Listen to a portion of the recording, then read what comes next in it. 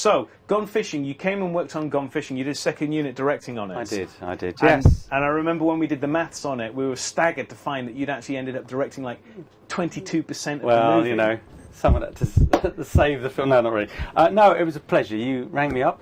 For me, the opportunity was to shoot on 35mm, which I hadn't done before. To shot on Super 16 and all various sorts of HD and what have you. But to shoot on a big man's gauge was very exciting. Right, okay. So, I mean, in all this time when you're helping me out on films and you're doing your other stuff with Kaleidoscope Man, all of it unpaid, all of it for the love of it, you obviously need to survive. I know you do corporate work, and we've done corporate work together, but you developed something else, didn't you? Well, you know, I came up with a plan. Actually, I've got to thank David Wilkinson for this, because I edited a film that he did, he's probably tell you about it later, called Charles Dickens's England, and it was working on that. We got talking quite a bit, and I've had this thing. It's kind of related to crowdfunding, really.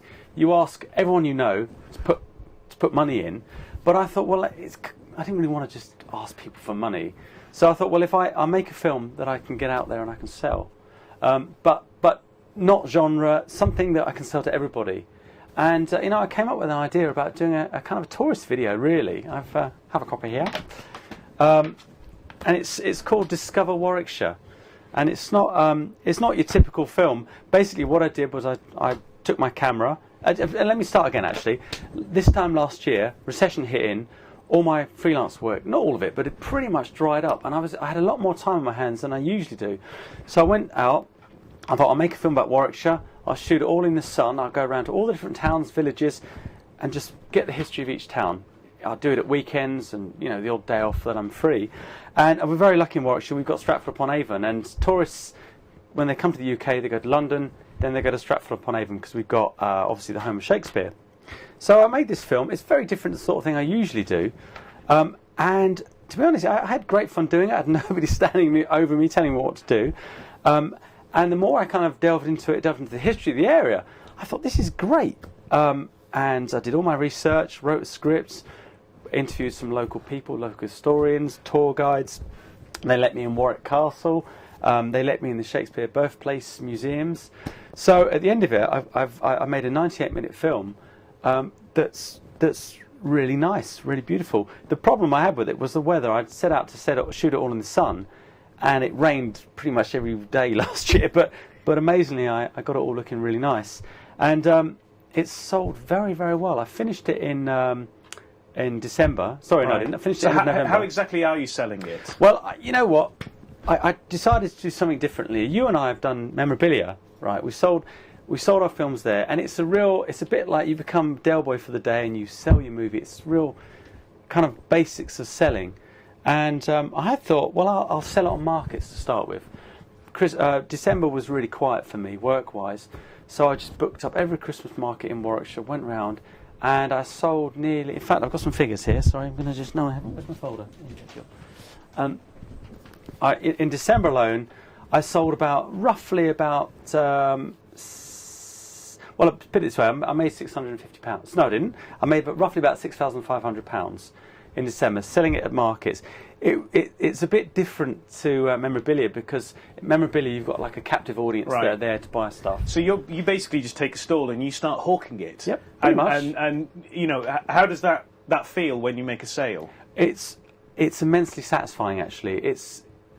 The thing is about when you make, as a filmmaker, we make our films, we spend all this time fundraising it, making it, then we hand it over to a distributor, or a sales agent, and then you're kind of out the picture. You'll do a bit of press and what have you, but to actually get out and sell it to the public. And what was really interesting was the reaction, the feedback I was getting. Right. And it made me realise it's very, very important when you're doing this stuff to make sure that you really are passionate about the craft, that you make a film that's beautiful, that's really full of information. And the thing is, I'm just thinking for other filmmakers, if you're looking at a way of making money, making a film about your area is a really, really good idea. Right. So you make a little localised film, because that market is not served by the BBC or by a big Hollywood feature, and you sell it into that local area, and you sell it to people who move from that local area to Australia over the internet. And of course you keep everybody's emails and everybody's contacts so that you make a sequel and you sell them the same old thing all over again. Well, or the same old thing with different bells and whistles. they might be watching, so of course a lot of more effort goes into them than that. But yeah, that's the definitely that's the idea. And what's the reaction from people been about it? What's been really nice, I'll sell it, right, and then they'll come back. Here's what happened last time, right? People come up to me and go, your film was amazing, it was beautiful, so much information, I had no idea about this, that and the other. And a lot of the information I got from books, I got from the internet, I got from Wikipedia, and I did try and research it as much as possible. But it was just kind of local stuff. Yeah. And when I'm speaking to somebody walks past and say, "Oh, can I interest you in my new film?" They say, "Oh, what am I interested in Warwickshire for? I've lived here for 60 years." Yeah. But the ones that bought it have said, "I know so much I didn't know about the area." Yeah. And just in terms of production, I mean, if you owned a Canon 5D Mark II with a good lens, if you owned Final Cut Pro, you could actually do it. And you add all the sexy gloss with the great music and the great voiceover. Yeah. How did you do that?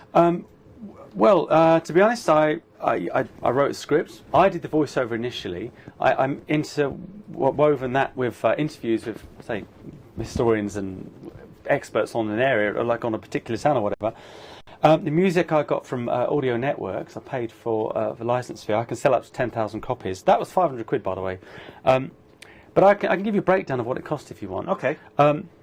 I had for each town, I had some CGI going into the town. So it would be a wide shot of Warwickshire, then it would go into Stratford-upon-Avon, then a title would come up Stratford-upon-Avon. I had 18 of those done, and my friend David at Screenburn Animation, hello David if you're watching by the way, he did me a very, very good deal on that. I don't really want to say what it was, but it was cheap. It was under £1,000, put it that way. The music was £500. The voiceover was £500. Our good friend at voiceover, Gary at voiceovers.com. Voiceovers.co.uk. Sorry, .co.uk. And they've been fantastic, because you send them a script, and 24 hours later, this fabulous voiceover turns up. It was incredible. And what the thing is, they sent me some ideas of people, different voices. And the guy that he got, a guy called Paul Seed, absolutely brilliant voice, and he just gives it a kind of gravitas and warmth, and it just elevates the film to another level. But as regards what you shoot it on, all right, I shot it on a Vericam because I have a Vericam. You could quite easily shoot it on a, it's the Canon D5 as well. 5D Mark II. Yeah. Some other similar camera. What are these other costs? Let's just get through stock, those quickly. Okay, Vericam stock's quite expensive. I spent about £400 on stock, right? Petrol. It's quite a big area, Warwickshire, and I kept having to go back. The weather was a pain in the backside, so I had to keep going back. So altogether, it cost me about just under £3,000 to make. Right, and that's including your time, which is free. Yeah, which is free. So that's all you have to recoup, and then you're actually into profit. Yeah. And the first month I made roughly about £6,500. Right, and how much is the ongoing now? How much are you making every month? Well, it's kind of, to be honest, January I still made about £1,500, and what I did was I did a few markets again where it was really quiet. February, it started to get a bit more of my corporate stuff in, so I still made roughly about £1,000. March, good month, I made about £1,800.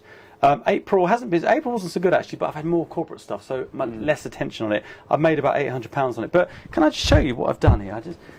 Now this is kind of, I know that a lot of our people watching aspire to make great films and big films and things, but this is a really good idea.